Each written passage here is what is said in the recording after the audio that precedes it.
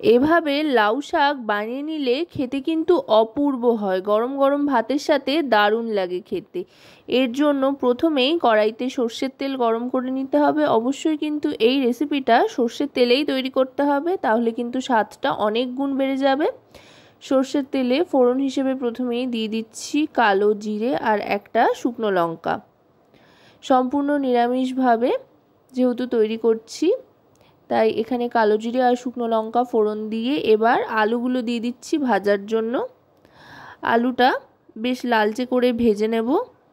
নিরামিষী দিনগুলোতে সাধারণত কি খাবো সেটা আমাদের একটা ভাবনা চিন্তার বিষয় হয়ে দাঁড়ায়। এভাবে কিন্তু লাউ শাক আপনারা রান্না করে নিতে পারেন, তাহলে কিন্তু গরম গরম ভাতের সাথে আর কিচ্ছুর প্রয়োজন হবে না। আলুটা মোটামুটি ভাজা হয়ে এসছে। গ্যাসের ফ্লেমটা মিডিয়াম টু হাইতে রেখে আলুগুলো ভাজতে থাকতে হবে। আলুটা ভাজতে ভাজতে এবার এর মধ্যে দিয়ে দিচ্ছি হলুদ গুঁড়ো 1 টিস্পুন পরিমাণে, আর এবার দিয়ে দেব পরিমাণ মতো নুন। একেবারে কিন্তু কম মশলায় ঘরে থাকা উপকরণ দিয়েই এই রেসিপিটা হয়ে যায়, অথচ খেতে দুর্দান্ত হয়।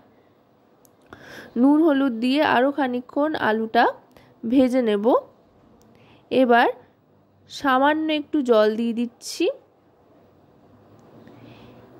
এই এখনই যা জল দিলাম, এরপর কিন্তু আর তেমন জলের ব্যবহার হবে না। শাকের থেকে যে জলটা ছাড়বে তাতে করেই রান্না হয়ে যাবে। এবার ডাঁটাগুলো দিয়ে দিচ্ছি। ডাঁটা আর পাতা আলাদা করে রেখেছিলাম যেহেতু, তাই ডাঁটাগুলো আগে দিয়ে দিলাম। ডাঁটাটা সেদ্ধ হতে একটু সময় লাগবে, আর লাউ শাক এমনিতেই খুব নরম, তাই পাতাটা কিন্তু খুব তাড়াতাড়ি সেদ্ধ হয়ে যাবে।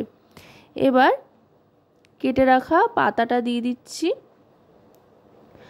পাতাটা দেখে মনে হচ্ছে অনেকটা, তবে ঢাকনা চাপা দিয়ে একটু সময় অপেক্ষা করে সেদ্ধ করে নিলে কিন্তু একেবারে মজে অল্প হয়ে যাবে। এবার ঢাকনা চাপা দিয়ে দিচ্ছি, গ্যাসের ফ্লেমটা মিডিয়াম টু লোতে রেখে। মোটামুটি 2 থেকে 3 মিনিট মতো অপেক্ষা করতে হবে। 2 থেকে 3 মিনিট বাদে ঢাকনাটা সরিয়ে নেব।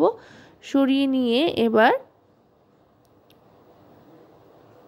ভালো করে মিশিয়ে নেব আলু আর পাতাগুলো। এখানে দেখুন শাকটা কিন্তু অনেকটাই মজে এসছে। এবার গ্যাসের ফ্লেমটা লোতে রাখা অবস্থাতেই দিয়ে দেব সর্ষে বাটা। এখানে সাদা আর কালো সর্ষে দুটোই সমপরিমাণে নিয়ে নিয়েছি। বড় চামচের 1 চামচ করে, আর তার সাথে 4টে কাঁচা লঙ্কা নিয়ে নিয়েছি। তাই আর এখানে আলাদা করে কাঁচা লঙ্কার ব্যবহার করছি না, যেহেতু সর্ষের সাথেই কাঁচা লঙ্কা বেটে নিয়েছি। আর সর্ষের বাটি ধোয়া জল একটু দিয়ে দিলাম, এতে করে রান্নার স্বাদ অনেক গুণ বেড়ে যায়।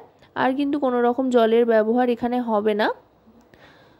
এবার সম্পূর্ণটা ভালো করে মিশিয়ে নেব।